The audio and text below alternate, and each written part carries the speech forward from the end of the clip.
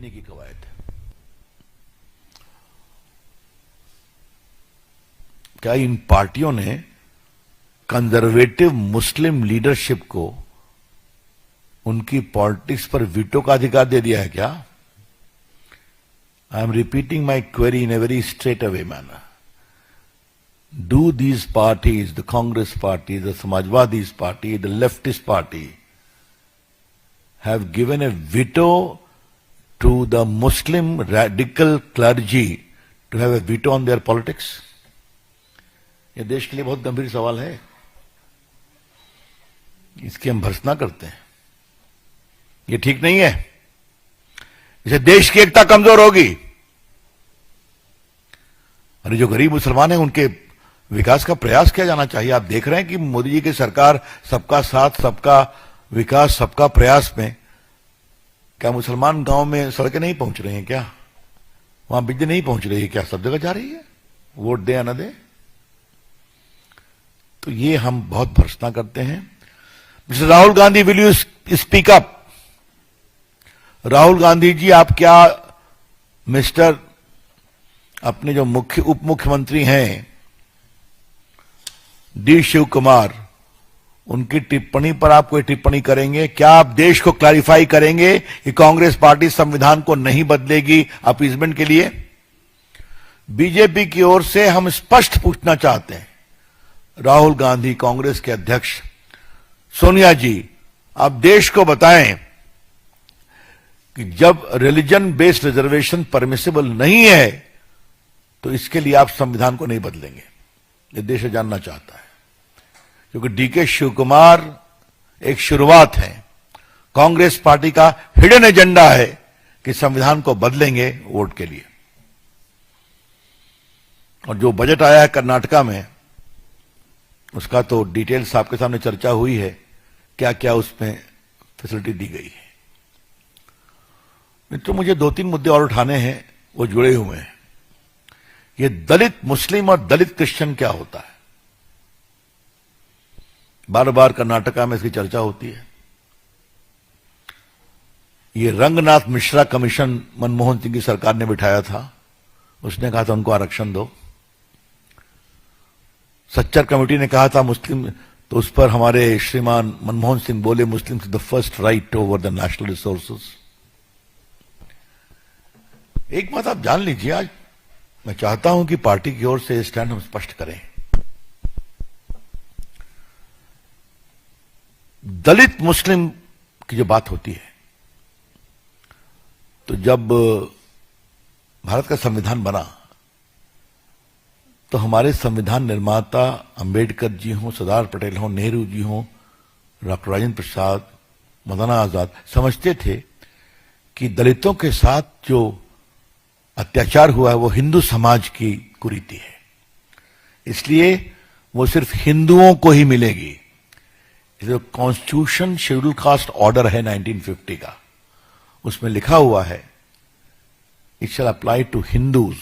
और बाद में उसमें बुद्धिस्ट और सिख्स भी जुड़े, क्योंकि लार्जर हिंदू फ्रेमवर्क में संविधान में आते हैं. Not Muslims. मैं रिपीट करता हूं, शेड्यूल कास्ट रिजर्वेशन ऑर्डर 1950 वो संविधान का पार्ट है. किस किस स्टेट में किसको दलित के रूप में रिकॉग्नाइज किया जाएगा वो लिखा हुआ है.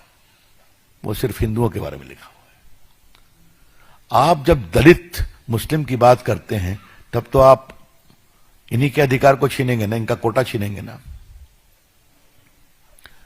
एक सुप्रीम कोर्ट का बड़ा फेमस केस है सुसाई बनाम स्टेट ऑफ तमिलनाडु. उसमें क्रिश्चियन थे जो पहले हिंदू थे, दलित चाहते थे. वो रिजर्वेशन का लाभ लेकर के रेलवे के अफसर हो गए. उसको चैलेंज किया सुप्रीम कोर्ट तक. मद्रास हाईकोर्ट ने रिजेक्ट किया उनके क्लेम को. सुप्रीम कोर्ट ने कहा कि ये जो रिजर्वेशन है ये सैकड़ों वर्षों से दलितों के खिलाफ जो कुरीति, विभेद और अत्याचार हुआ है उसके कॉम्पनसेशन के रूप में है. जब तक आप नहीं बताएंगे कि क्रिश्चियन बनने के बाद भी आप भी उसी कुरीति से ग्रसित हैं तो आपको इसका लाभ नहीं मिलना चाहिए. That is the law of the country. आप कहते हैं दलित मुस्लिम, दलित क्रिश्चियन. हम इसकी बहुत भर्त्सना करते हैं। भारतीय जनता पार्टी दलितों के अधिकार पर अतिक्रमण करने के किसी प्रयास का विरोध करेगी। The BJP would like to emphatically state it shall vehemently oppose any overt or covert attempt to encroach upon the reservation rights of SC and ST. यह हम स्पष्ट कहना चाहेंगे। मित्रों, एक अंतिम बात मुझे कहनी है कि आजकल इतिहास के फिगर को लेकर बहुत चर्चा हो रही है। कभी कोई राणा सांगा ऐसे महान प्रतापी राजा की आलोचना कर देता है, देश की गद्दारी की। कभी औरंगजेब की पैरवीकारी में लगे रहते हैं लोग। हम स्पष्ट कहना चाहेंगे, ये देश शिवाजी को अपनी प्रेरणा मानेगा, कभी औरंगजेब को नहीं। और जब औरंगजेब और शिवाजी में चुनना होगा, ये देश शिवाजी को चुनेगा। यह अलग बात है कि कांग्रेस के समय शिवाजी के उपलब्धियों को थोड़ा छुपाने की कोशिश की गई थी, आप जानते हैं इसको। कल माननीय दत्ता जी ने एक बहुत बड़ी बात कही है कि ये जो लिबरल गैंग है दिल्ली के एकेडमिशियन, कभी वो दारा शिकोह की बात करते हैं क्या? कभी किया है क्या? कितना अत्याचार किया उनके भाई ने? इसीलिए कि दारा शिकोह ने साफ साफ कहा था कि भारत में गीता भी जरूरी है, उपनिषद भी जरूरी है, हाँ? वेद भी जरूरी है। उसने किताब भी लिखवाई थी फारसी में, तो वो देश को पहचानता था। तो इस पर तो कोई कुछ नहीं बोलते हैं ना। राहुल गांधी जी, आज आपसे मैं सवाल पूछ रहा हूं, कांग्रेस पार्टी से सवाल पूछ रहा हूं।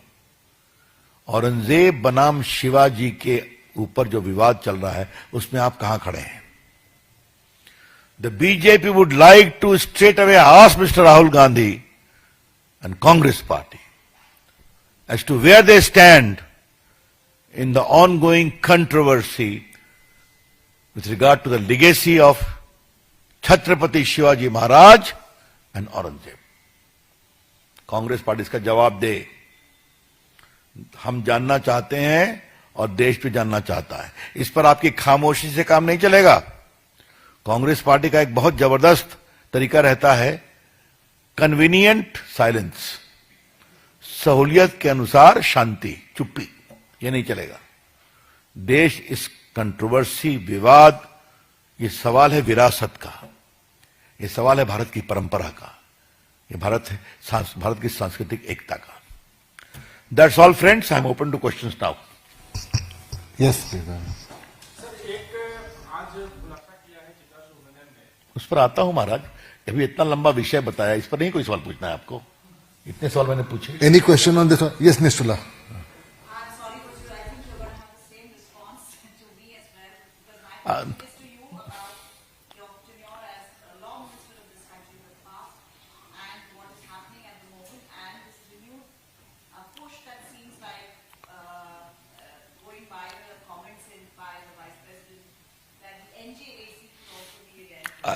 I'll come to it. इस पर कोई सवाल नहीं करना है? हाँ। कांग्रेस पार्टी की तरफ से या उनके कुछ सहयोगी दलों की तरफ से लिखा जा रहा है कि आपने भी अपनी इस सरकार में कई बार ऐसे अवसर आए कि संविधान में संशोधन कर दिया है, बदल दिया है और उसके जरिए आपने सहूलियतें पहुंचाई है। तो वहां अगर किसी को सहूलियत पहुंचाने के प्रयास हो रही है, आपको दिक्कत क्यों?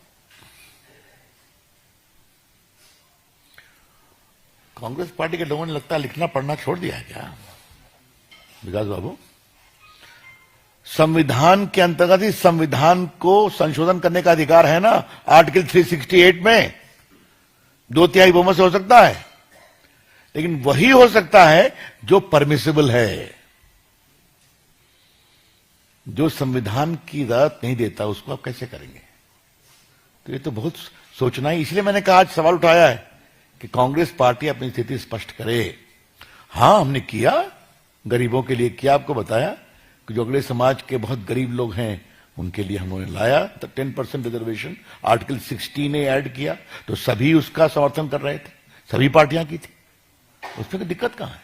सवाल है मुस्लिम रिजर्वेशन का, जो धर्म के आधार पर यह रिजर्वेशन अलाउड नहीं है। डॉक्टर अंबेडकर ने भी कहा है अब मैं ठीक है, आपके विद्वता भर टिप्पणी के बाद मुझे थोड़ा दोबारा पढ़ना पड़ेगा. I hope it is there. Doctor Ambedkar comment, I saw it here. उन्होंने बार बार कहा है कि हम इसका कभी इसको यस देखिए, ये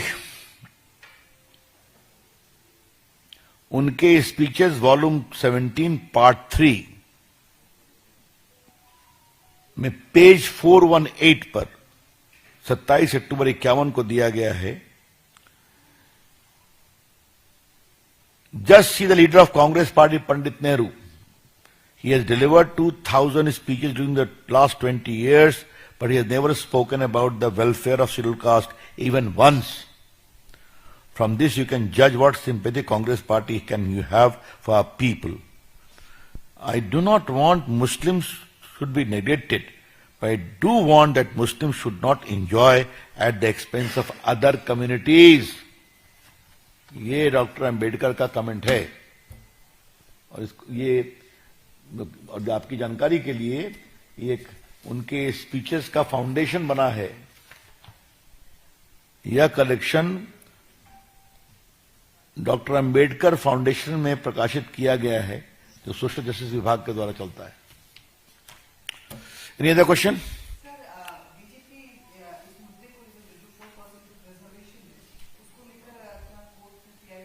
इट इज डाउनराइट अनकॉन्स्टिट्यूशनल. अब वो तो निर्णय करना पड़ेगा, उसका निर्णय. Any other question?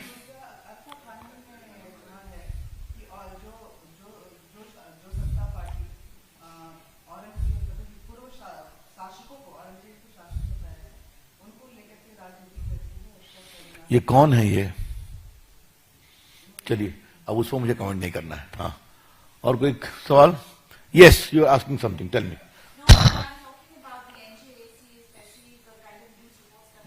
All right. पहले आपने क्या पूछा था बताइए. I call you in 5 minutes, just 5 minutes.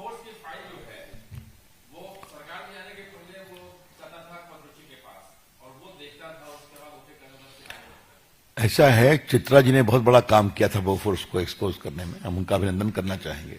वो सही बोल रही हैं. कोतरोकी तो मामा जी थे ना जी, का नाम मालूम है ना आपको. Access to the entire family, privilege family. और बोफोर्स में उनकी मनमोहन जी की सरकार ने, नरसिंह राव की सरकार ने उनको बचाने के लिए क्या क्या काम किया. भाग जाए मलेशिया से, भाग जाए अर्जेंटीना से, इंडिया ने नहीं दिया. आपको मालूम है?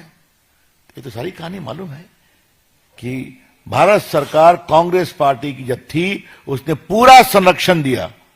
पता नहीं आपको याद है नहीं कि मैंने एक बार कहा था ना कि जो बोफोर्स में कमीशन को जब्त किया गया था कोतरोकी का, वो लंदन के बैंक अकाउंट में था. और उस समय तत्कालीन कानून मंत्री हंसराज भारद्वाज ने अपने लॉ ऑफिसर को लंदन भेजा था कि there is nothing against him, release the amount. तो ये सब बातें हम जानते हैं ना. Yes, just a minute. हाँ, क्या सवाल आपका?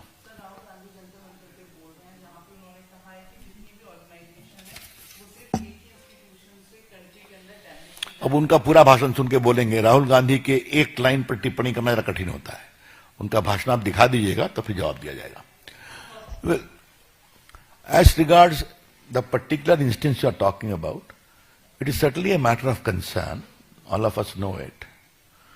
But since the matter is under investigation and inquiry by the Supreme Court appointed committee, we'll have to await that. Beyond that, I don't think it will be proper for me to make any comment. Certainly, this has seemed to have given a fillip to calls for an NGAC because there had been bipartisan support. I had the fortune to bring that legislation. It was unanimity across the board, जो भारत में बहुत कम दिखाई पड़ता है. अब supreme court ने नहीं माना तो नहीं माना. हमने पहले भी कहा था कि उस निर्णय को हमने स्वीकार किया है. But we don't accept the reasonings of the judgment as a student of law.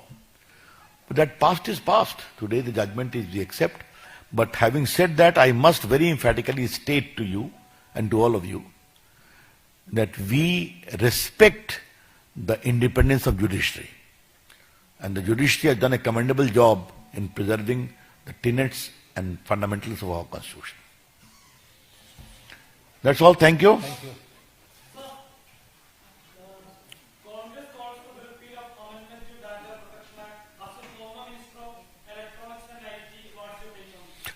Who is the gentleman who has said it? The several society bodies have been opposing the amendment of the RT. Who is the gentleman who has said this comment? Let me go through the comment. Okay? I'll go through the comment, then the party spokesperson will give a formal reply. Thank you. Thank you.